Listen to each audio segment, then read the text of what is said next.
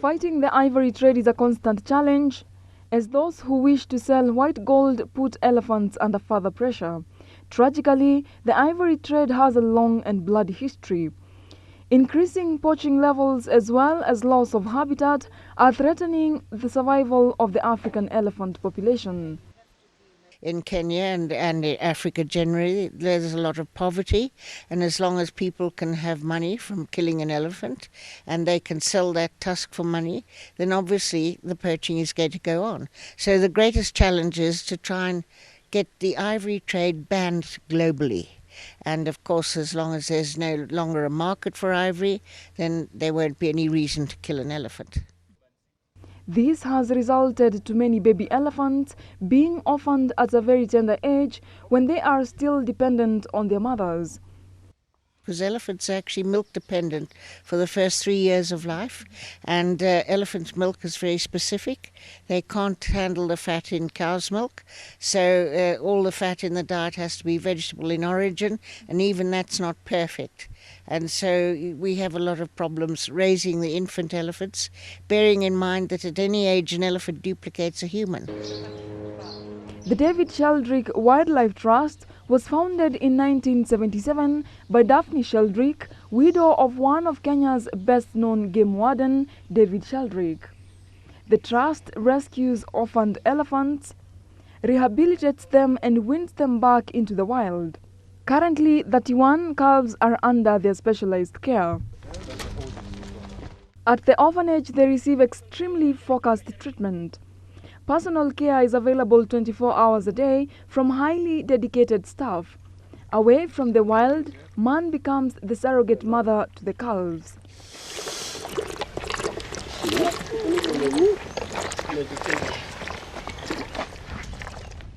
So we try to replicate the mother.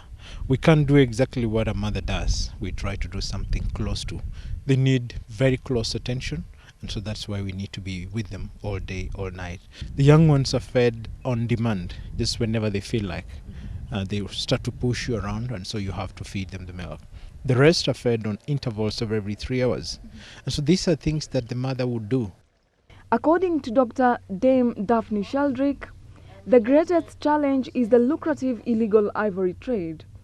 She is hopeful that with the latest announcement by the Chinese president to help in the fight against poaching, things will change. They're very encouraging signs that might come about.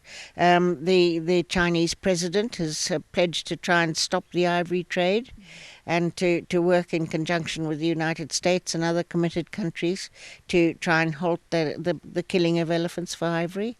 So, there are a lot of encouraging signs that things are working in the right direction, but at the same time is not on our side. The public is welcomed to view calves to the largest land mammal from 11 to 12, where they are introduced to the youngest nursery elephants, a rare chance even in the wild. Dr. Daphne has worked with elephants for 50 years and says there is a lot to learn from them. With elephants, you reap what you sow, and it's very important when you're raising them to only treat them with tender, loving care and kindness, which is what they would have expected from their own elephant family. Never to harm them or beat them, because elephants bear grudges and they will settle the score later, and they're very powerful animals, so you reap what you sow, and you must only treat them with tender, loving care and leave the discipline, because they need to be taught how to behave in elephant society, but that comes from the elephants themselves. Eventually, the calves are moved to Tsavo, where they are carefully reintroduced into the wild. Far more elephants have been lost in the region. In the 60s, there were 46,000 elephants in the ecosystem, which is twice the size of the park itself. That's an area of 16,000 square miles.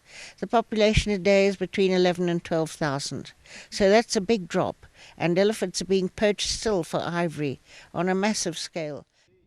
This is a cry begging for action, and not tomorrow, but now. Otherwise, we will lose the rhinos and the elephants by 2030. Marette Selvin, GBS News.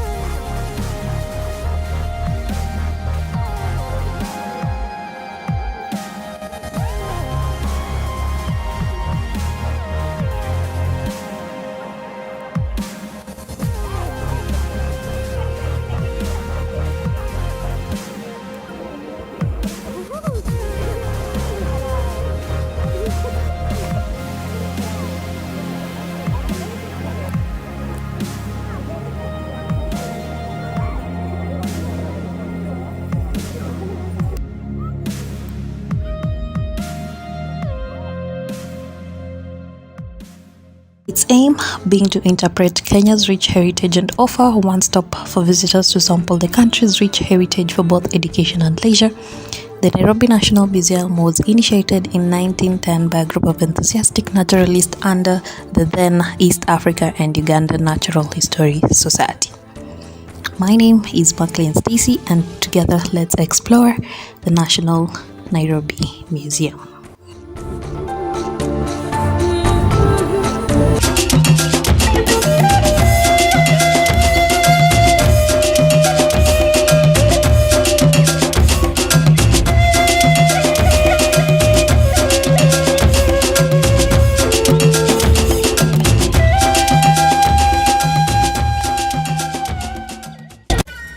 When you walk into the Nairobi National Museum, it has 9 must-see galleries, starting with the Hall of Kenya, and the Hall of Kenya is dedicated to highlighting the country's unique tangible and intangible heritage. In this gallery, Kenya's nature, culture and history meet, and then the objects on display are a testimony to the country's diverse and rich heritage. Going back in centuries, the stories and traditions of the people of Kenya are some of the most fascinating in the world, and the centerpiece of the Hall of Kenya consists of hundreds of calabashes just celebrating the rich heritage of all communities in Kenya.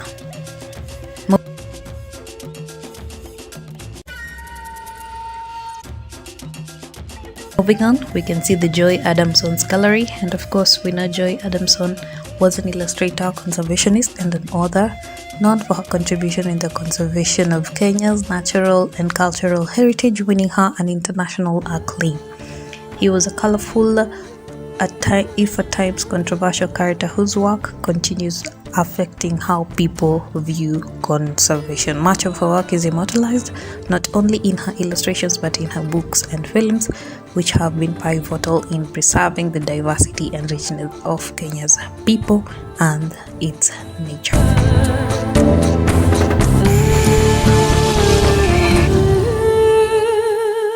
Next gallery we can see is the Cycles of Life, and this represents among all the communities filtered through different stages from birth through young to old age, death and transition into ancestry.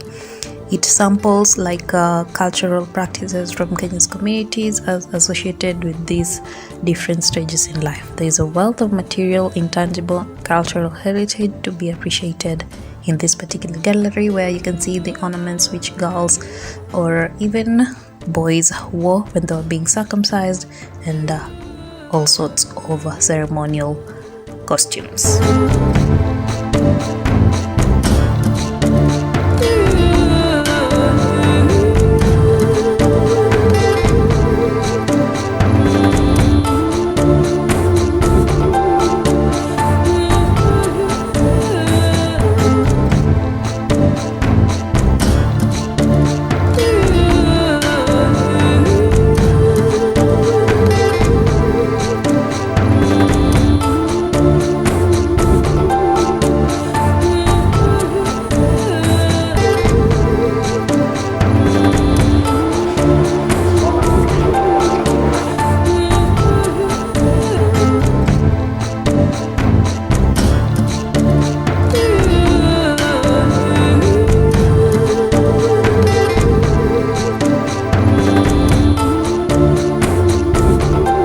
The next gallery you can visit, which has millions of species of birds, is the Birds of East Africa Gallery.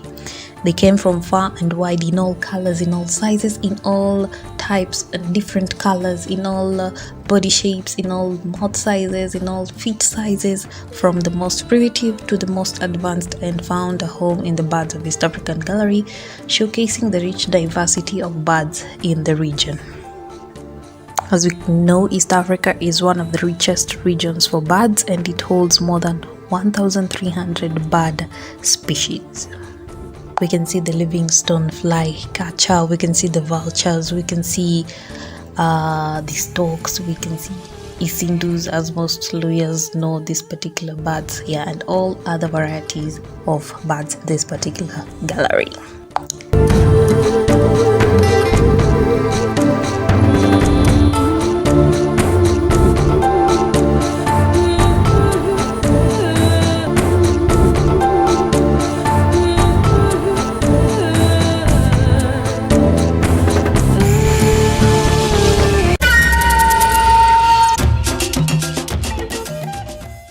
As you move on, you can find the Great Hall of Mammals. The Great Hall of Mammals traces the development of mammals over time with a focus on the how they adapt to movement, feeding, and protection.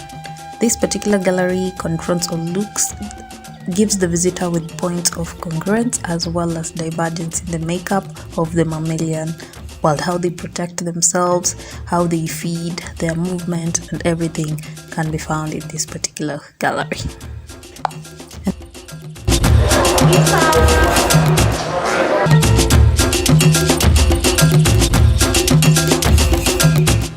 At the back past the bird sanctuary or the bird species, you can find the statue of Ahmed the elephant, and of course inside the gallery of mammals there's also the particular skull of Ahmed the elephant, the most famous elephant in the world, which was known for its large tusks and put under 24-hour protection in Marsabit National Park by Kenya's first president, that is President.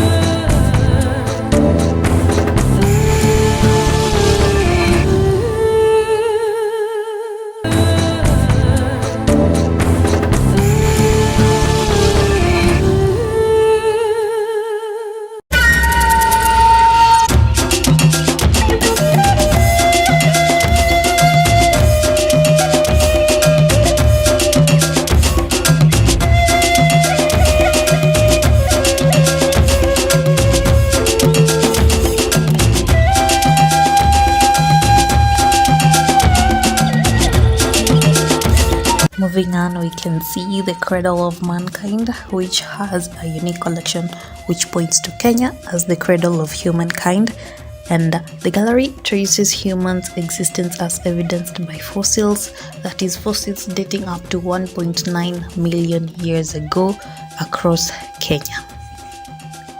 This particular National Museums of Kenya holds more than 350,000 fossils in its collection, about 700 which belong to ancient humans.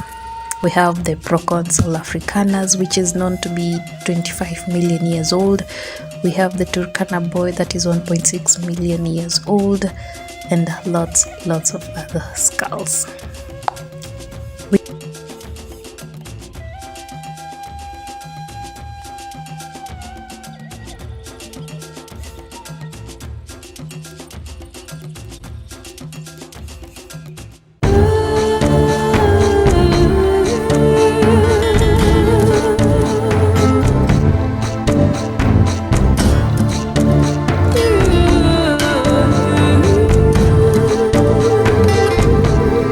You can also see the gallery for the Historia ya Kenya, which highlights the major phases, that is the pre-colonial Kenya, the period of colonial rule, and independent Kenya. Then we have the temporary exhibitions, the museums, temporary galleries, which highlight some of the most exciting contemporary artists and aspects of Kenya and Africa.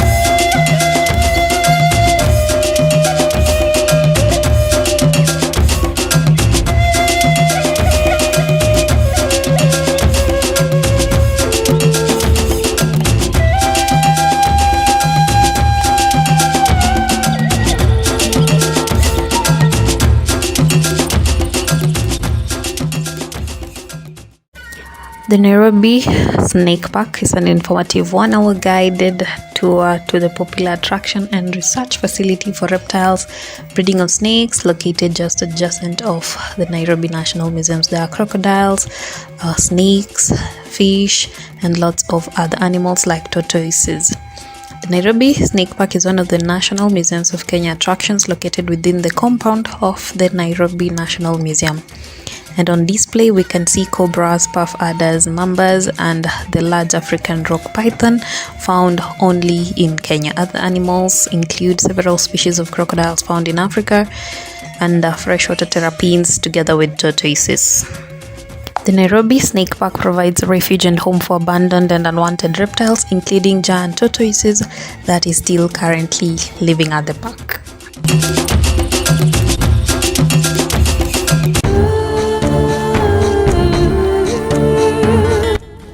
So that sums up our video for today. Thank you very much for watching. Stay tuned for our next adventure. Until next time, my name is Maclean Stacy, and goodbye.